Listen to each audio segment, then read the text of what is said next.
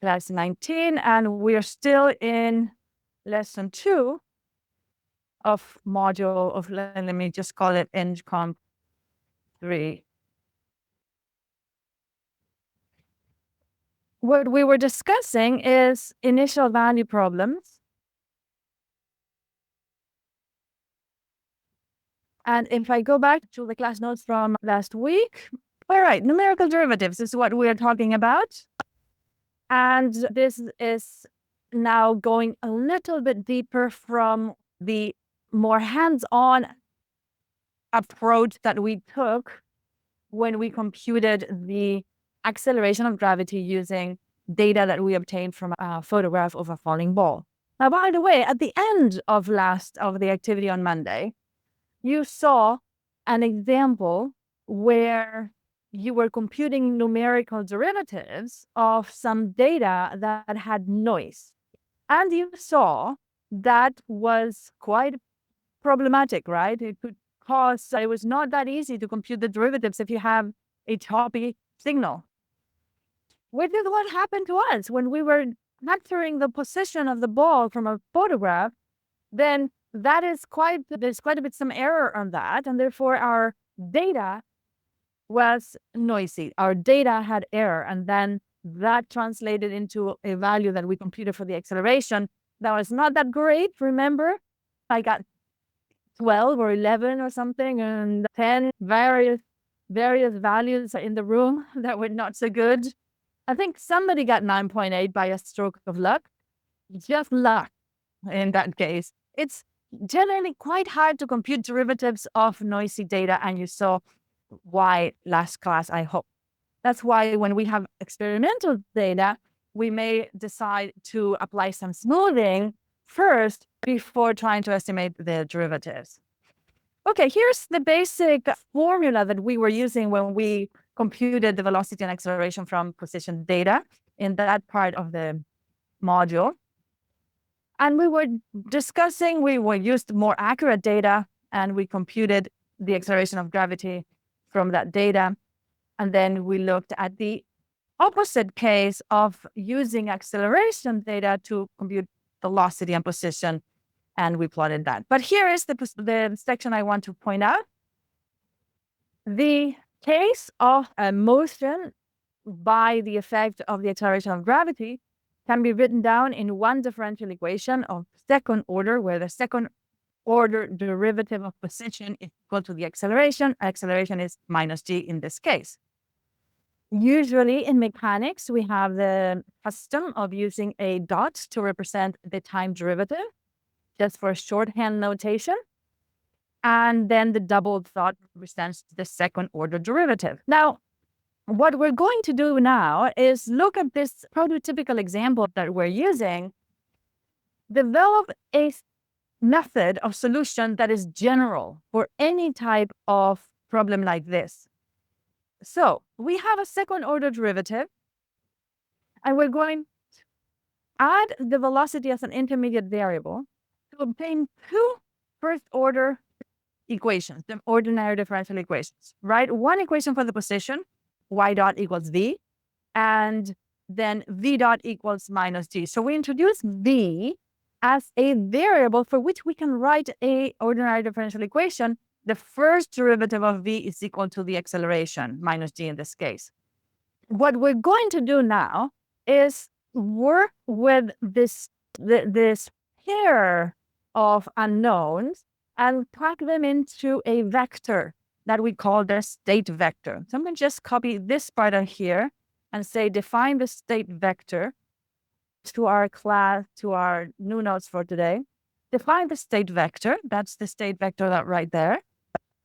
Now, for the state vector for the system corresponding to an object falling under the acceleration of gravity, we call it the state vector because at any instant in time, the position and the velocity define where that object is in its history. And we know from the way that we wrote those equations, we have these two equations.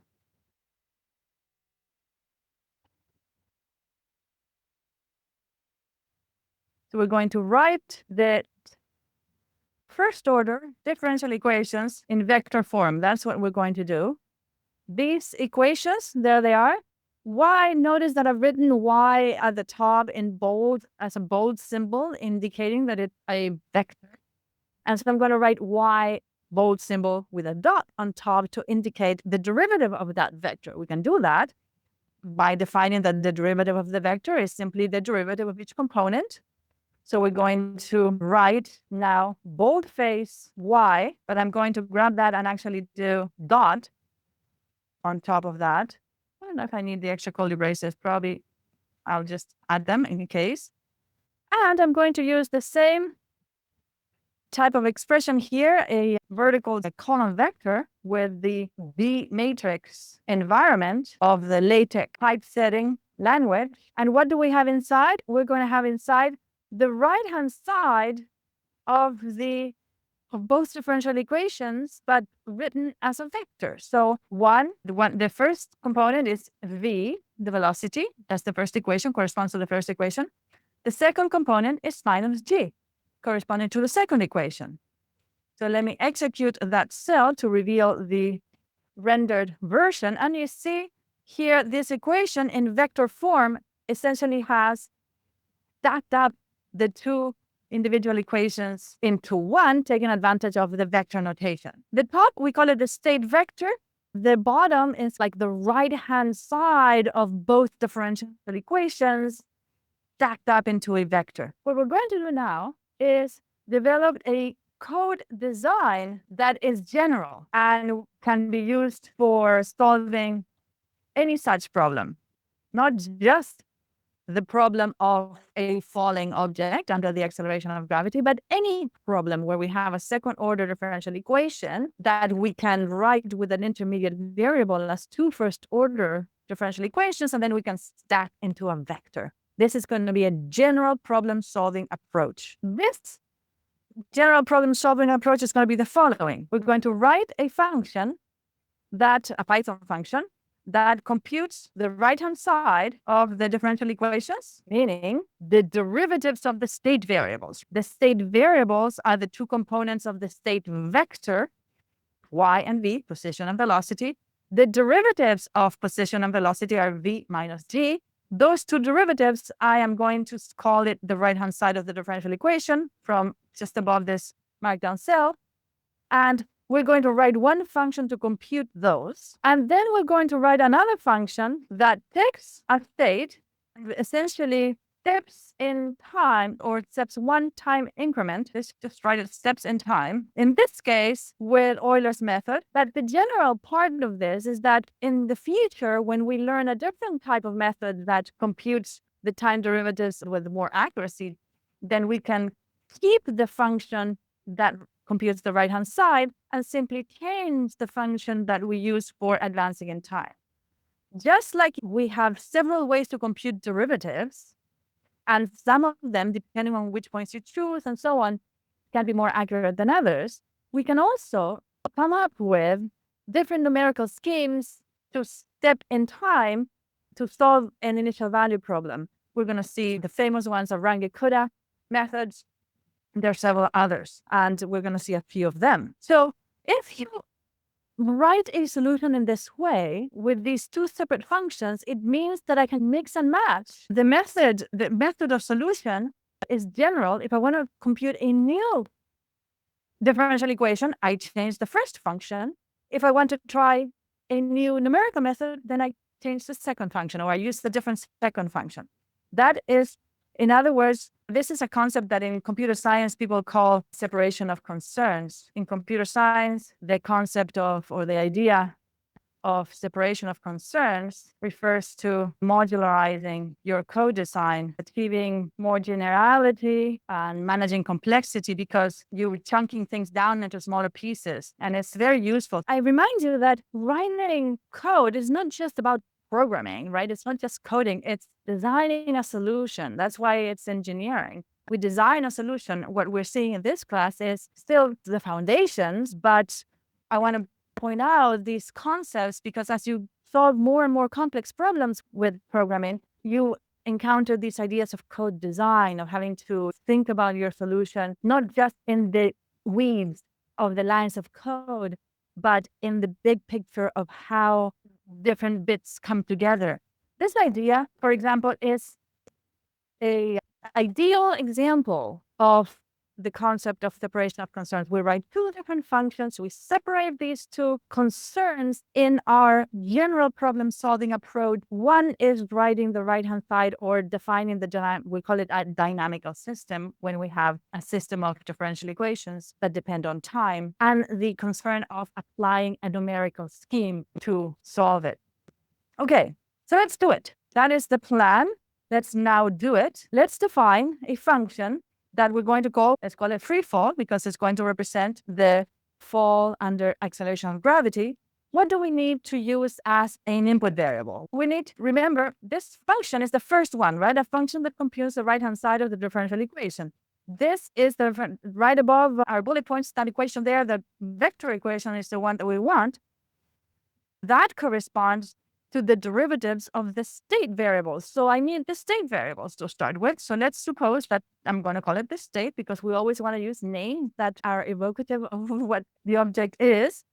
And we're going to assume that the vector containing the state variables is the input to this function. Let's actually write proper docstrings for this one, because it's always a good idea to think about what your function is going to do before writing it.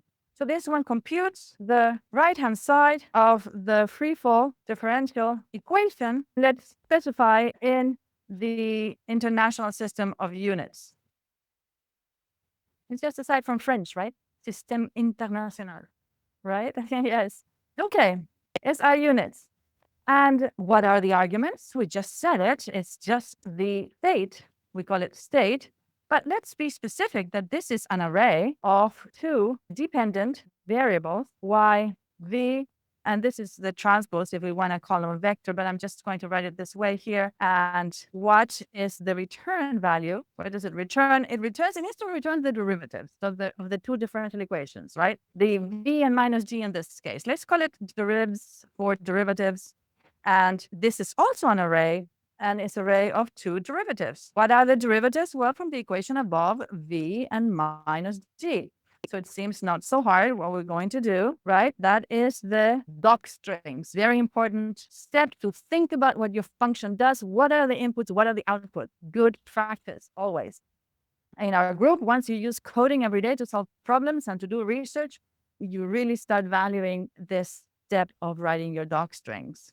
Because if you don't, then you start writing your functions and you solve the problem and you trial and error for 2 or 3 days. And then you come back and you say, I don't remember what I did.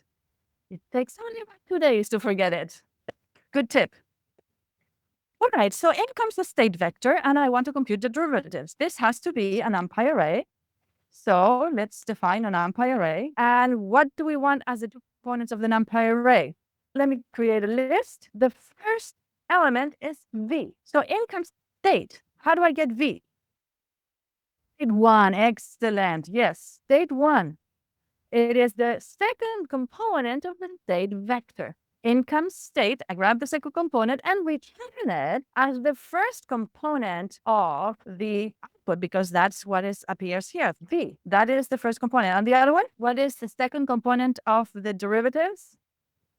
Negative 9.8, correcto mundo. That's in the international system of units, the acceleration of gravity. Okay, now we've computed it. Let's return it. By the way, we could have just put it here on return and put the calculation right there. We would have done that, but it's just it's the same thing. This is some advanced Python programmers like to do that and save one line of code.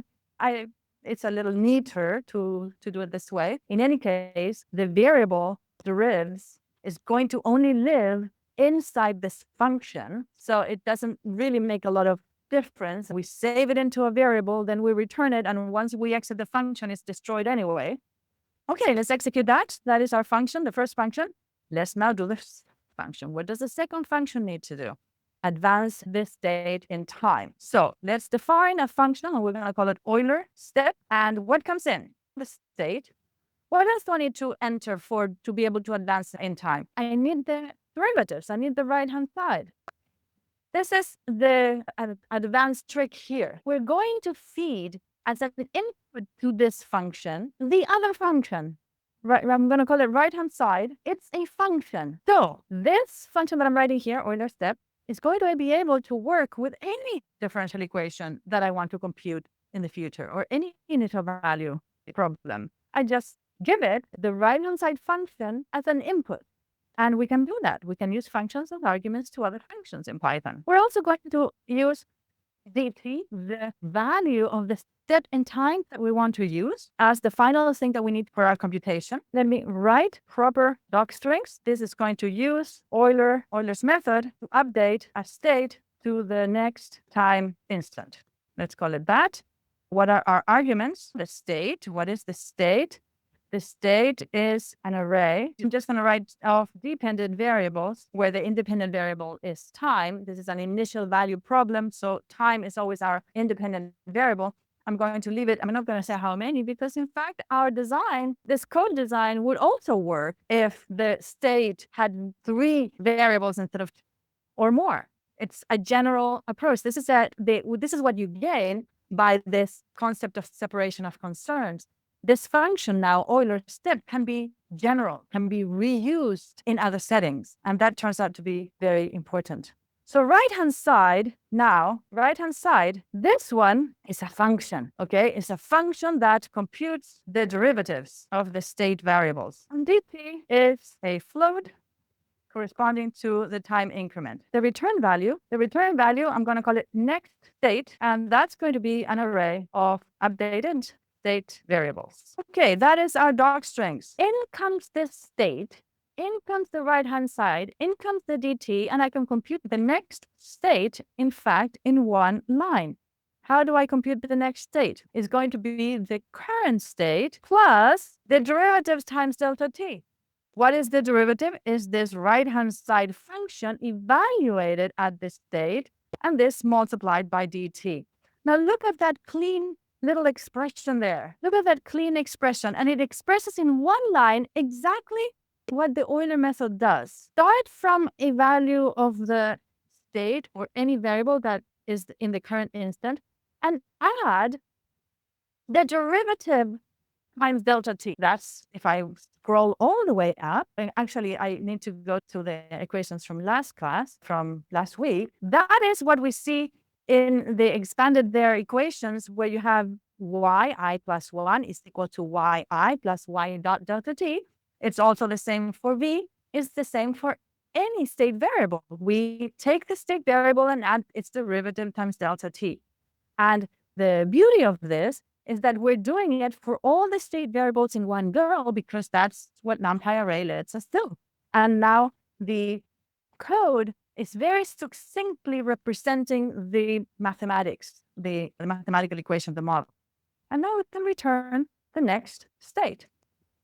And those 2 beautiful functions now represent a general way to solve the initial value problem. And cool. Let's use these new functions that we computed to obtain a numerical solution of the falling ball problem from the experimental data that we used in the previous lesson, that we had a high resolution data for, and we can try to compare the high resolution data to the numerically obtained result and see what we obtain. We already had the data that we want. Let me now close this one and go to the data that we need. The data is, I think, falling tennis ball. That's the data we need, falling tennis ball 02.txt. So I'm going to save that, falling tennis ball 02.txt into my clipboard, and I'm going to define file name equals to that. And then we have that text data, and we want to unpack that text data. If you recall, have a look at it.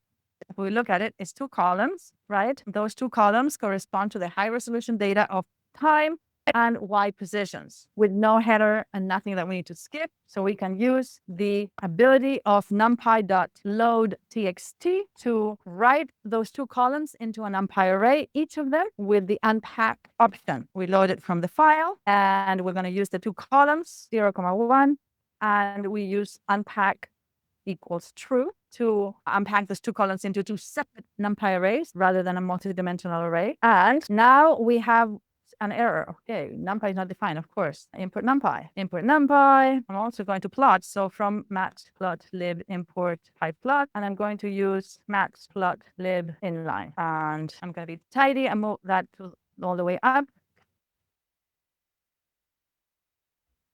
So next time I do restart and run all on this notebook, it's going to work.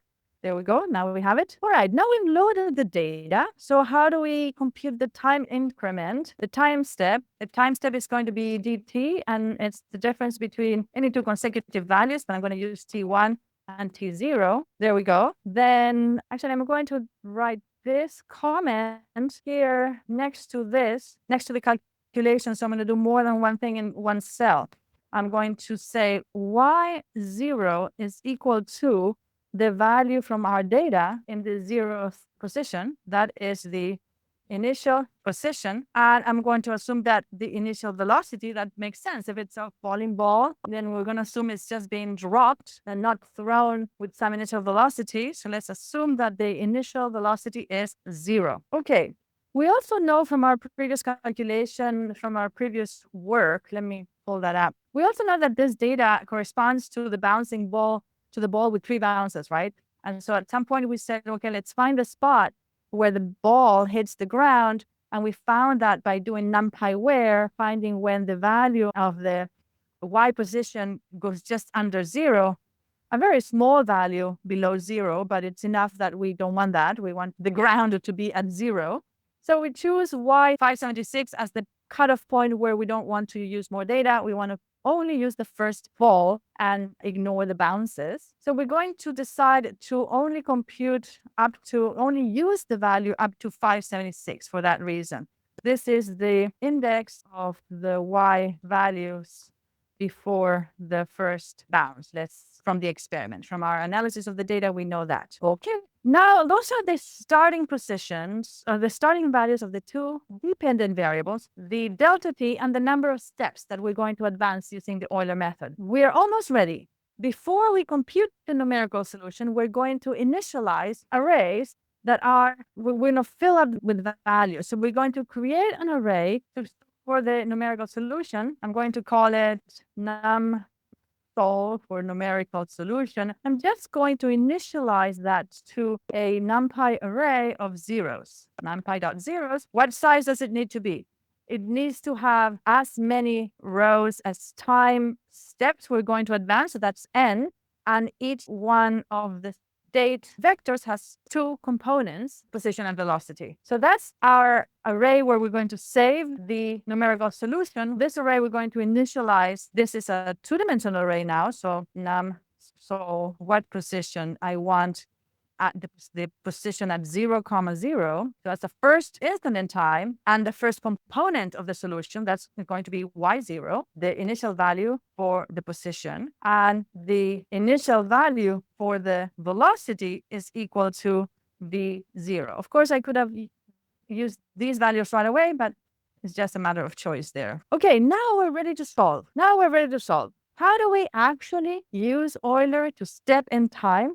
Now we write a loop for I in range, and then we're going to do all the steps starting at 0 and ending at n-1 because the initial value y0 is already defined. We are going to end up with n values, but the value at time equal to 0 is already known. That's the initial value. So now we're going to say, remember, it's a 2-dimensional array. So I'm going to say the array in position I plus 1 is equal to the array at position I in time.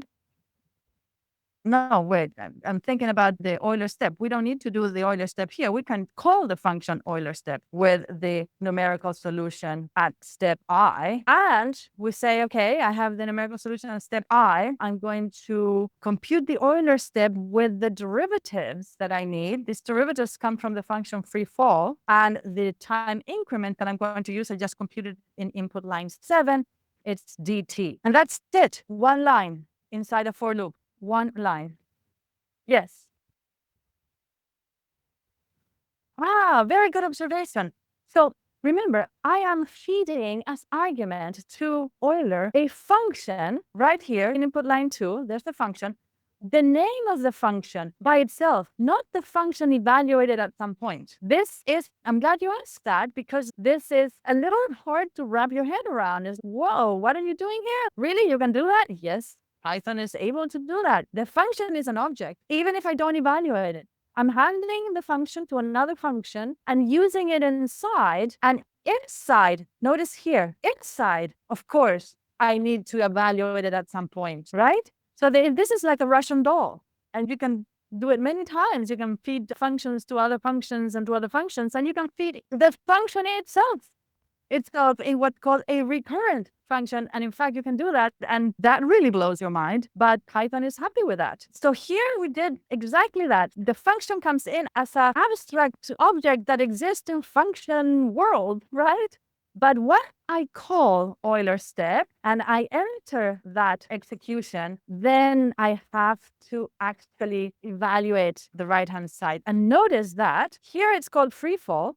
Okay, that's the actual function that I defined. But inside Euler step, it's called right-hand side, because right-hand side is a generic name for any function that I want to use with Euler step. And that makes Euler step a general. I can use it for any dynamical system, any right-hand side. If the dynamics is different, if instead of calculating the falling gravity, we're in, say, an electrostatic system, we just change the equations, but you can still use Euler step. That is the magic of this code design.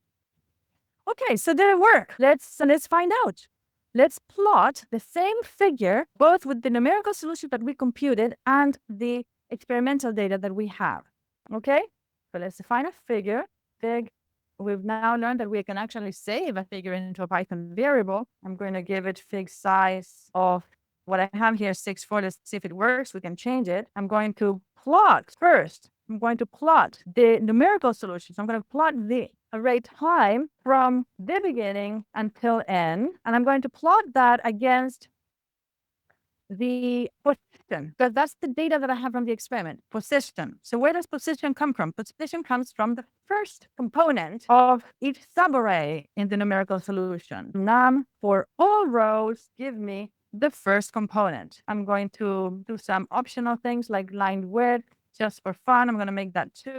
And I'm going to use line style. I'm going to use a dashed line with 2 segments. I'm going to also label that numerical solution to compare with pyplot. Now I'm going to put the time. I'm going to plot all elements until n. Remember, n is not inclusive. The last element in the slice here is not inclusive. So I'm actually, the last point that is being plotted is n minus 1.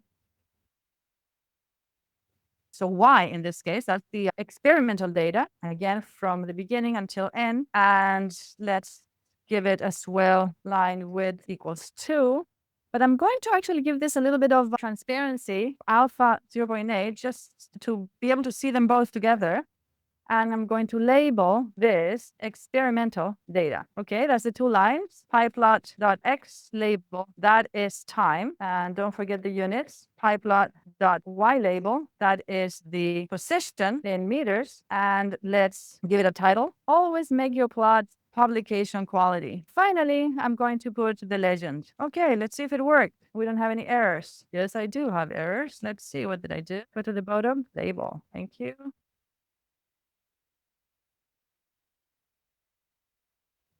A little larger. I think I can make that larger in this way. Let's see. Okay, that's nice. I made it a bit wider so that you can see what's going on there. What do you see? Pretty close, first of all. Not bad. Yes?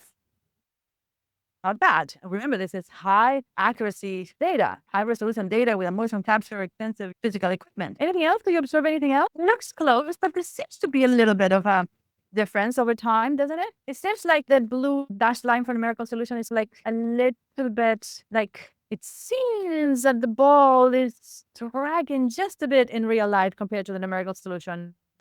No? What would that be?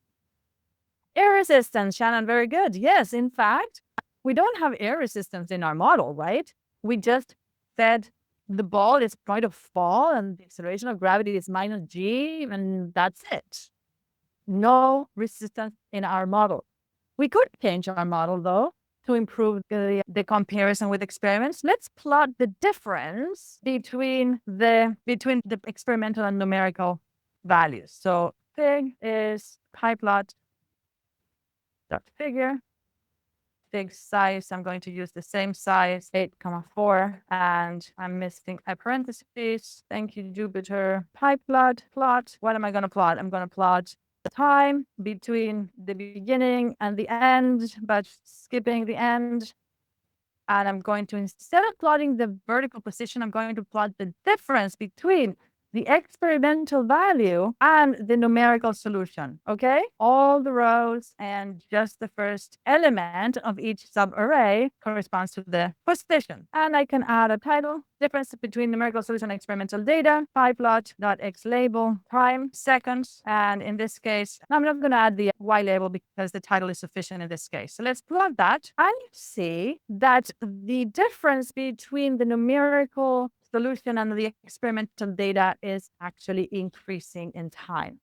It's very small. Look at the y-axis. Never be deceived by a plot that seems to show a big change. Always look at the y-axis. Sometimes you see these visualizations that seem to show something really changing a lot, and you look at the y-axis and it's been zoomed in. So you have to be careful. Y-axis shows you that this is actually, I go back to the y positions, this goes all the way to 1.6. This is 0.0. So we're talking about a 1%, right? We're talking about a 1%. Yes. So error, but it's invisible. Now, I want to point out also, here when we look at the plot, you just look at the plot and you're like, oh, it's almost imperceptible to the eye that there's a difference there. You could have missed it if you didn't pay attention, right? The error is 1%. You need to think about that whenever you look at two figures and you say, oh, yeah, that matches. The eye is very forgiving. 1% for some engineering application could be unacceptable. So you could be watching a plot that looks like, oh, everything matched perfectly, but then you have to actually confirm the values and see whether that is under your spec for what is an acceptable discrepancy. All right. So we know that this is error resistance.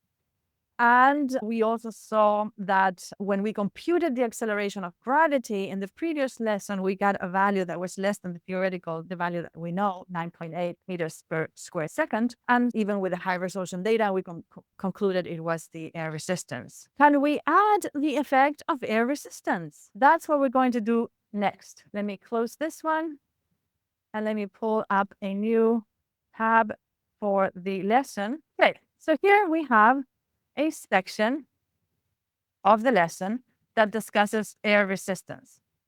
And this is something that you might see in your fluid mechanics class later on, but you can find this equation in many sources. Wikipedia, it used to be that we looked at the mechanical engineer's handbook for these things. And there is an empirically derived way to compute the force of drag for every different type of object.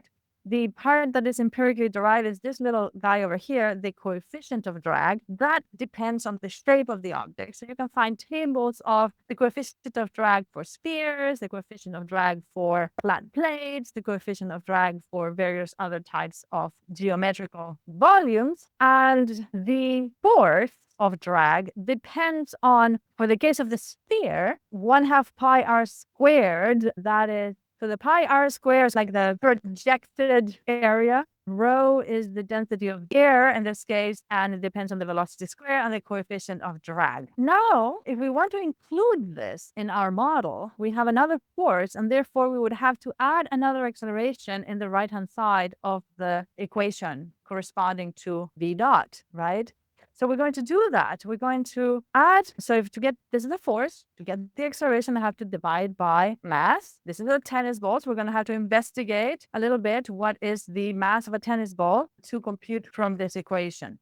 All right, so rethinking the problem formulation, the only thing that changes is that the second component of the derivative vector, the right-hand side, now will have, let me zoom in here, to the right bit right there, the acceleration now has minus g plus the acceleration corresponding to the drag force. And therefore, it only is going to change one aspect of our equation. The acceleration here is going to be that same equation for the force. Here's the force right here.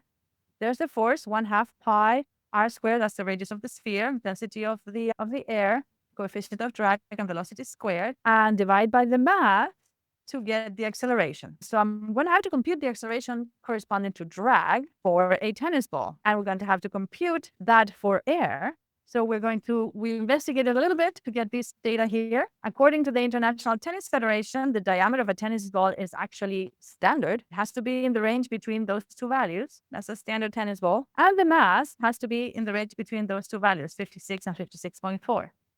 So we can choose a value in the middle, the mean value in that range, to introduce in here the necessary parameters, radius and the mass, the coefficient of drag for a sphere. We can obtain from a table the value. We can obtain from a table. Nowadays, you would just Google it, but we can obtain that from usually engineer's handbook will have all of those things. The air density is the last thing that we're going to need. We get the air density at sea level as a standard to start with. So those are the values that we're going to need. So again, the radius and the mass of the tennis ball come from the International Tennis Federation standard values. Rho is the density of air at sea level, and coefficient of drag is the coefficient from a sphere that you obtained from today. It will be Wikipedia. In the past, it would have been a handbook for engineers. So I'm going to say modify model with air resistance. The lesson for the background, size and mass of a tennis ball from the standards of the International Tennis Federation and the force of drag. I'm going to make that bold. And I'm going to take advantage of the beautiful mathematics tool to grab that little bit here from the rendered notebook, paste it there. That's the force of drag. We explained it. And we have the data. I have to grab the data from there again. I'm going to copy that into my clipboard. So we're going to redefine now the function, the Python function that corresponds to the model. So we're going to define now a new function. I'm going to call it ball with drag. We still have to use the state as the input. I'm going to add some doc strings, compute the right hand side of the differential equation for a falling ball, let's be specific, tennis ball under gravity with drag. In the interest of time, I'm going to skip typing the arguments and the return values because they're pretty much the same as the previous right-hand side function that we created. So let's now add the parameters, the radius of the tennis ball, the mass, the radius was given in centimeters. It was the radius, so I had to divide by 2 and then divide by 100 to obtain in meters. The mass was given to me in grams, so I had to divide properly to get kilograms. So we do need to pay attention to the units. And the density of the air, I can grab from any source. Again, pay attention to the units. Everything needs to match. For the pi, I'm going to define internally a shortcut for pi using numpy.pi. I'm going to compute the acceleration of gravity using the equation that I have above. The only difference with this equation that I have here for the force is I have to divide by the mass. So I'm going to say 1 divided by 2 times m. That's the first bit. Then I have to multiply by pi. Then I have to multiply by r squared. Then I have to multiply by rho and multiply by the coefficient of drag for a sphere, which I've just defined, CD, and velocity squared. So what is velocity squared? State 1 squared, right? Velocity squared is what we have in the equation, velocity squared. So that's acceleration corresponding to the force of drag. Now we can compute the derivatives and numpy.array. What is the first return value? Continues to be the velocity. State 1, that's the velocity. And the second value is now minus 9.8 plus the acceleration of drag. Let me pull the notebook again. The lesson, you can see here, this is what I'm writing in the Python function. Minus g plus the acceleration of drag with the acceleration of drag computed for that particular sphere. Now we can compute the solution, and this is what is interesting.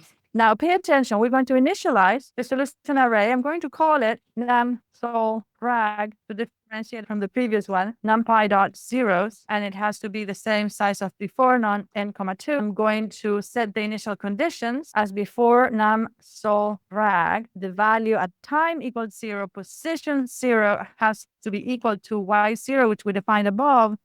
then the velocity at time 0, the first index time, and put velocity now equal to v0, which was defined above. And now we can, for I in range between 0 and n minus 1, because we can only step n minus 1 time. And I'm going to compute num sol drag at time I plus 1 as the result of calling Euler step with num sol drag at time I. But now I pass, here's the trick, I pass this function, fall with drag. This function is now the function that corresponds to the dynamics and dt. So you can see here how we have reused the Euler step, simply giving it a different function that evaluates the right-hand side. I can, well, error, but that's probably a typo. Let's see. Oh, NumPy. Where's my typo? Oh, yeah, there I see it. So you see very neatly in input line 21, we have recomputed the whole solution using a different physical model by adapting the function right-hand side and calling Euler step with this different function. And this is what is so neat of this solution pattern. I see that we ran out of time, so we're going to leave it there. The next step would have been to do the plot and see the difference. And I'm just going to actually let you see the difference in the lesson. You see here that the match is much, much better. Not perfect, because again, that drag force is as a model. So there's some modeling errors. It's not perfect, but it's a lot better. Okay, thank you ever so much. We're going to see more differential equations coming up.